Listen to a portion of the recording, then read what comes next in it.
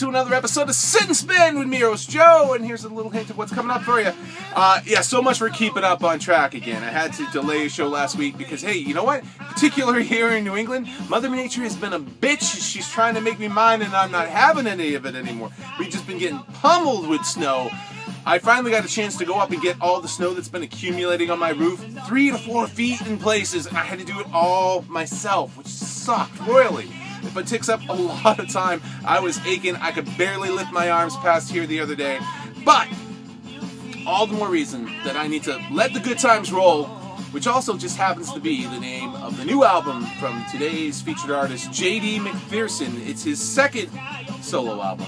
Well, second album in general. JD, if you're not familiar with him, is an American singer, songwriter, and guitarist from Oklahoma. His sound is kind of a retro roots throwback thing that harkens back to the early days of rock and roll and rhythm and blues and rockabilly with equal parts of that, particularly like the music of the 1950s. Think Little Richard, Buddy Holly, Carl Perkins, Bo Diddley, stuff like that.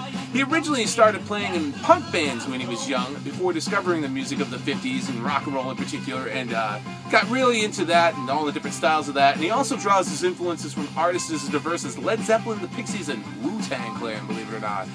His debut album, Signs and Signifiers, which originally released independently on High Style Records back in 2010, but it was later picked up and given a major label re-release by Rounder Records in 2012, which was when I discovered it. And it quickly became a favorite of mine, and also like a lot of people I work with too. Originally, there was a little sticker that came on the front of it that said, "Engineered to restore your faith in rock and roll," and damn if that wasn't the truth. For his new record, Let the Good Times Roll, JD said he wanted to make a record that was a 50s style psych record. And what he means by that isn't like psychedelic music from like the 60s with drugs and all that stuff. But what he's talking about was that in those early 50s recordings, there was a lot of crazy sonic stuff happening in them for the use of things like tape echo and tremolo and different effects that he always found rather cool.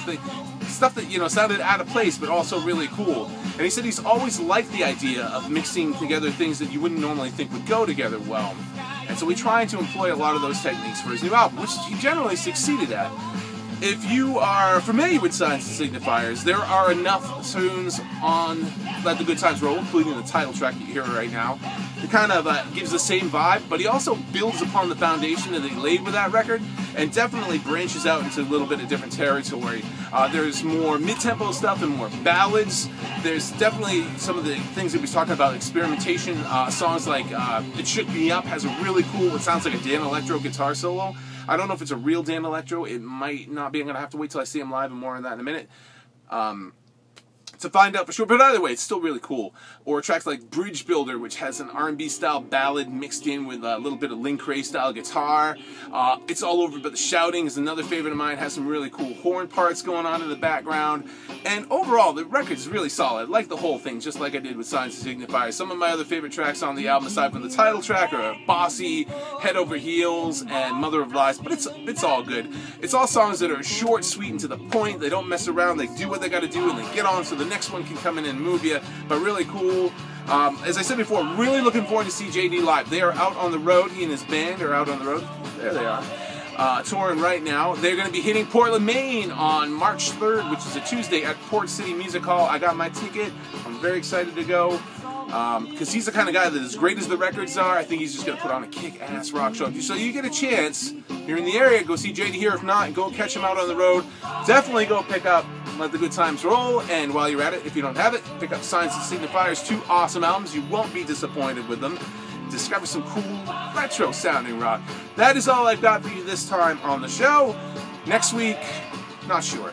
I forget what's coming out, but it's either going to be music or I actually may be talking about some recent music movies that have come out too. But otherwise, I got you taken care of. Don't worry about it. That's it for me though. Hopefully you're checking out my good friend Scott over at Righteous Vinyl, as well as the Riff of the Day guys. You know who they are by now.